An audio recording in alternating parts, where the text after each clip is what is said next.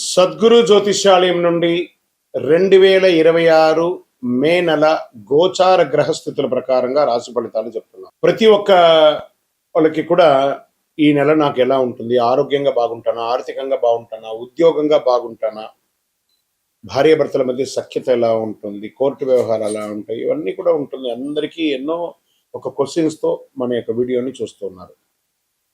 జాతకం పడుతున్న వర్షానికి ఒక గొడుగు మాత్రమే కానీ జాతకం జీవితం కాదు. మీరు మిమ్మల్ని నమ్మండి, మీ యొక్క కులదేవాన్ని నమ్మండి, అన్ని చక్కగా జరుగుతుంది. మళ్ళీ మా ద్వారా జాతకం చాలా మంది చూడాలి, చూస్తున్నారు, తెలుసుకుంటున్నారు కదా. 21 వయసులోపు ఉన్న వాళ్ళు జాతకాలు చూడకండి. మీరు ఎదుగుతున్నటువంటి విద్యార్థులుగా ఉన్నారు. 60 సంవత్సరాల తర్వాత ఉన్నవాళ్ళు జాతకం చూడక్కర్లేదు. ఎందుకంటే మీరు అన్ని రకాలైనటువంటి మంచి చెడు జీవితం అన్ని చూసేసారు కాబట్టి మీరు దైవ సమానులు. జ్యోతిషాస్త్రరీత్యా ద్వాదశ రాశుల్లో 7వ రాశి అయినటువంటి తులారాశి మిత్రులారా, 2026 మే నెల మీకు శుభాశుభ ఫలితాలు ఎలా ఉన్నాయనంటే, జీవితంలో ఒక సడన్ ట్విస్ట్,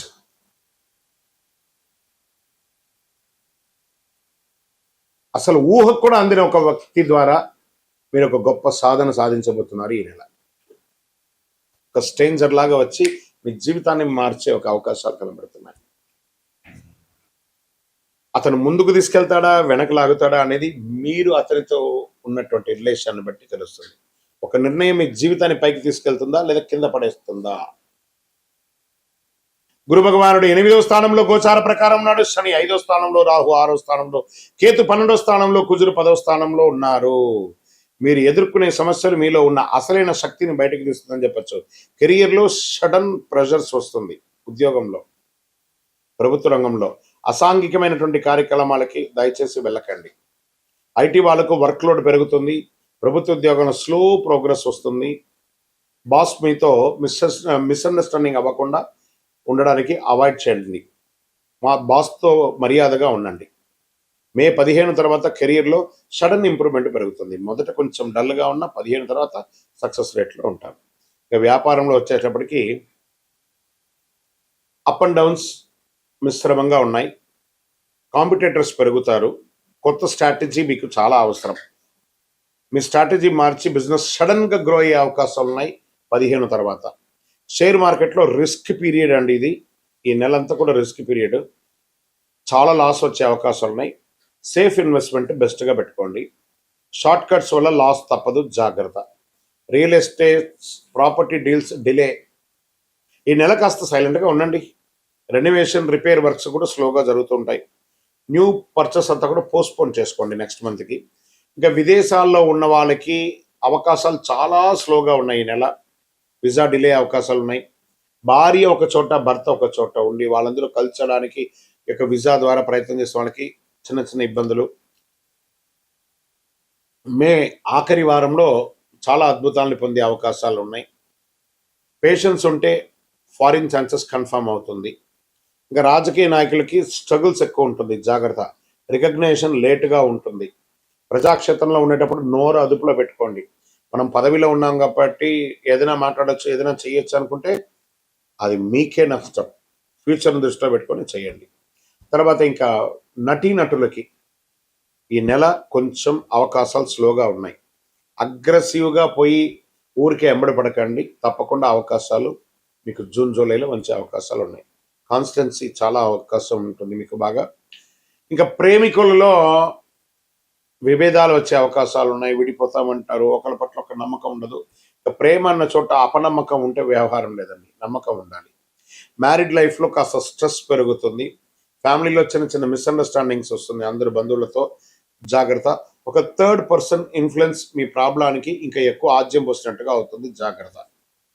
ఇంకా విద్యార్థులకి కాన్సన్ట్రేషన్ తగ్గుతుంది, జాగ్రత్త.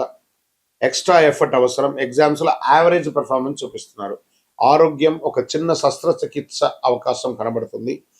స్ట్రెస్ ఎక్కువ అవుతుంది. హార్మోనల్ ఇన్బ్యాలెన్స్ వస్తుంది ఆడవాళ్ళకి, కొంచెం జాగ్రత్తగా ఉండండి. స్లీప్ ప్రాబ్లం ఉంటుంది. మెంటల్ పీస్ బాగా కావాలి మీకు, అది లేకుండా ఉంది కాబట్టి ఒక మాస్టర్ చెకప్ చేసుకుంటే చాలా మంచిది చెప్పచ్చు. వ్యవసాయదారులకి మిశ్రమమైనటువంటి ఫలితాలని ఇస్తుందని కూడా చెప్పచ్చు. ఇంకా పెస్టిసైడ్ ఇష్యూస్ కొంచెం బాగున్నాయి, అది కొంచెం ప్లాన్ చేసుకోండి. ఇంకా సంతాన విషయంలో బాగా టెన్షన్స్, మీ యొక్క పిల్లల యొక్క విషయంలో, విద్యలో కానీ ఉద్యోగంలో కానీ చిన్న చిన్న అవకాశాలు, ఇబ్బందులు కనబడుతున్నాయి. జాగ్రత్తగా ఉండండి. కోర్టు వ్యవహారంలో డిలే లేదా నెగిటివ్ కూడా వచ్చే అవకాశాలు ఉన్నాయి. పేషెన్స్ చాలా అవసరం. కాంప్రమైజ్తో వెళ్ళి సెటిల్ చేసేసుకోండి. ఇంకా పరిహారాలకు వచ్చేటప్పటికి అమ్మవారికి, దుర్గాదేవికి ప్రార్థన చేయండి. చండీ సప్తశతి పారాయణ చేయండి. లక్ష్మీ అమ్మవారిని ప్రార్థన చేయండి. ఓం శుక్రాయ నమః అని చెప్పి 108 సార్లు ప్రార్థన చేయండి. మహిళలకి వస్త్రదానం ఇవ్వండి. పేదలకు చెప్పులు లాంటిది ఇవ్వండి. చలివేంద్రాలు ఏర్పాటు చేయండి. 11 శుక్రవారాలు అమ్మవారికి నిమ్మకాయ దీపాన్ని వెలిగించండి. అన్ని రకాలుగా బాగా ఉంటారు. మీరు ధైర్యంగా ఉంటే విజయం మీది అని కూడా చెప్పచ్చు. తులారాశి మిత్రులారా, ఈ నెల కాస్త ఏ పనిలో అయినా గణపతి సైలెంట్ గా ఉండడానికి ప్రయత్నం చేయండి. ఇంకా మీ యొక్క వ్యక్తిగత జాతకం కొరకు మీ యొక్క పేరు, date of birth, time of birth, place of birth, మీ పరిసర ప్రాంతాల్లో ఉన్నట్టు గురువుల్ని సంప్రదించి తెలుసుకోండి. లేదా గురుగారు మీ ద్వారానే మేము అపాయింట్మెంట్ తీసుకోవాలనుకుంటున్నామంటే మా డిస్ప్లేలో కనబడుతున్నటువంటి నెంబర్కి మళ్ళీ చెప్తున్నా, మీ పేరు, date of birth, time of birth, place of birth WhatsApp చేయండి. మా అడ్మిన్స్ మీకు రిప్లై ఇస్తారు, మీరు పొందవచ్చు. గురుగారు ఒక శక్తివంతమైనటువంటి ఆధ్యాత్మికమైనటువంటి వస్తువు మాకేమైనా మా జీవితానికి ఏమైనా ఇస్తున్నారంటే అతి శక్తివంతమైనటువంటి ఒక 48 రోజులు పూజ చేస్తున్నటువంటి సుదర్శన హోమాలు చేసి సుబ్రహ్మణ్య భుజంగం చేసి పారాయణంతో చేసి సిద్ధంగా ఉన్నటువంటి కరుంగాళి మాల. ఇది కావలసిన వారు మాకు వాట్సాప్ చేసి, కాల్ చేసి మాతో మాట్లాడిన తర్వాత పొందండి విజయోస్తు. మీ జీవితంలో సంపద, తరగని సంపద, విజయం, అదృష్టం ఇవన్నీ పొందాలనుకుంటున్నారా? మా ఛానల్ ఈ యొక్క వీడియోని ఖచ్చితంగా చూడండి. అక్షయ తృతీయ 2026 ఏప్రిల్ 19వ తారీఖున మరియు ఏప్రిల్ 20 కొంతసేపు కొంత ఉంటుంది, కానీ పూర్తిగా ఉభయ తెలుగు రాష్ట్రాల్లో 19వ తారీఖున అక్షయ తృతీయ ఆదివారం వస్తుంది.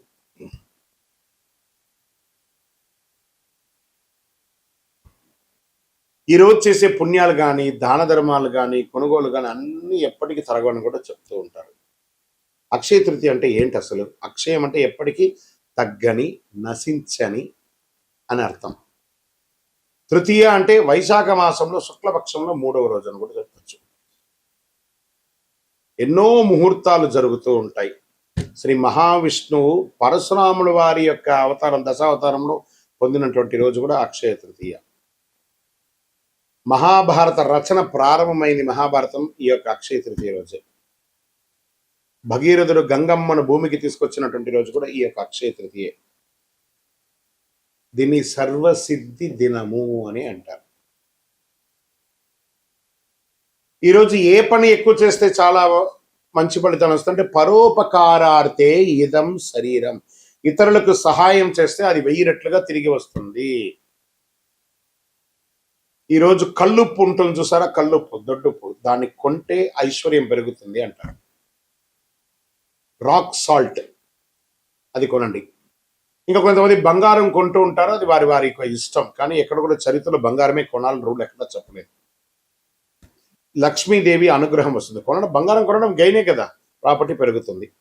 ఇంకా ఈరోజు ఏం చేయాలి? లక్ష్మీ అమ్మవారికి కనకదార స్తోత్రం చేయండి, లక్ష్మీ అష్టోత్తరం చేయండి, లక్ష్మి కుబేరుని ప్రార్థన చేయండి. యక్షాయ కుబేరాయ వైశ్రవణాయ ధనధాన్యాధిపతయే ధనధాన్య సమృద్ధిం దేహి దేహి తాపయ స్వాహ అని చెప్పి మంత్రాన్ని చెప్తూ చక్కగా కుబేరునికి ఇంట్లో దీపం వెలిగించి పూజ చేస్తే డబ్బు, ధనం, వ్యాపారం అద్భుతంగా పెరుగుతుంది.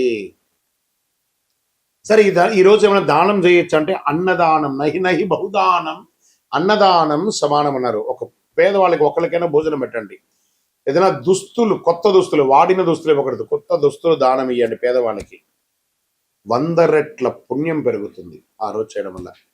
ఇంకా కొత్త పనులు ఏమైనా ఈరోజు ప్రారంభించవచ్చు అంటే బిజినెస్ ప్రారంభించండి, ఇల్లు కన్స్ట్రక్షన్ ప్రారంభించండి, ఏదైనా మార్కెట్లో పెట్టుబడి పెట్టాలని కూడా పెట్టండి. సక్సెస్ ఛాన్స్ 1000 రెట్లు మీకు పెరుగుతుంది.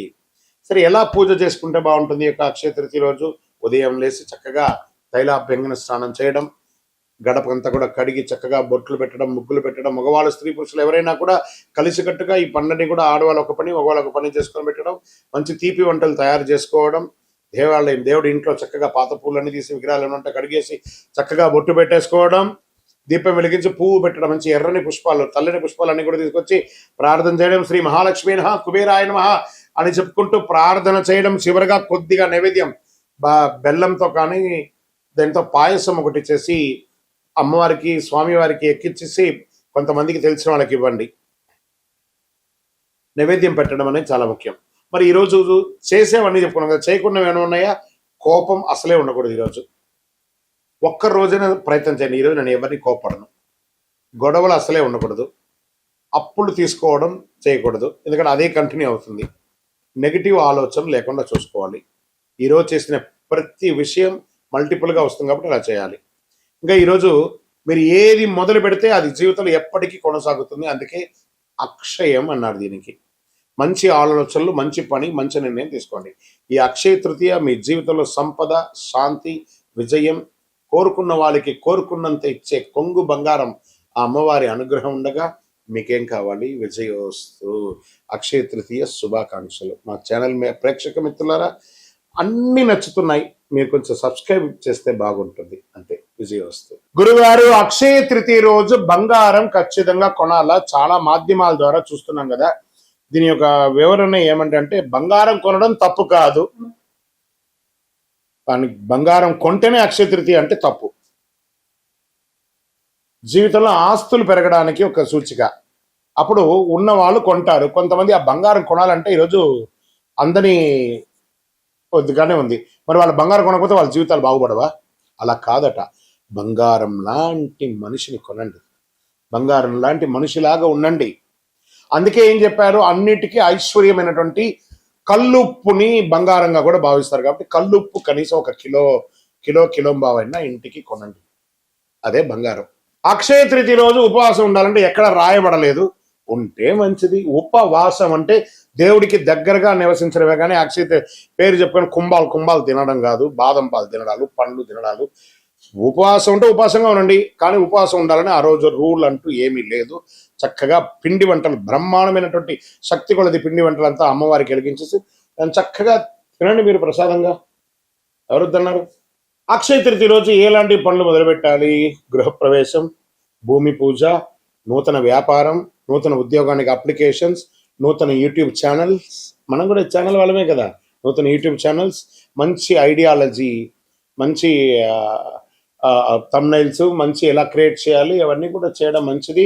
అక్షయ తృతీయ రోజు పుస్తకం రాయడము, లెక్కలు రాయడము, ఏది చేసినా మల్టిపుల్గా వస్తుంది. వ్యవసాయం దున్నడము, ఒక చెట్టు అయినా నాటడము, చలివేంద్రాలు ఏర్పాటు చేయడము, ఇలాంటివన్నీ కూడా చేయవచ్చు. దానాలు ఈ అక్షయ తృతీయ రోజు ఎలాంటి దానాలు చేస్తే చాలా బాగుంటుంది?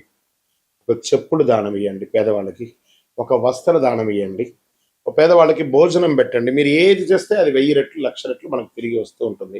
అలా చేయండి. ఒక దేవాలయానికి ధూపదీప నైవేద్యానికి ఇవ్వండి.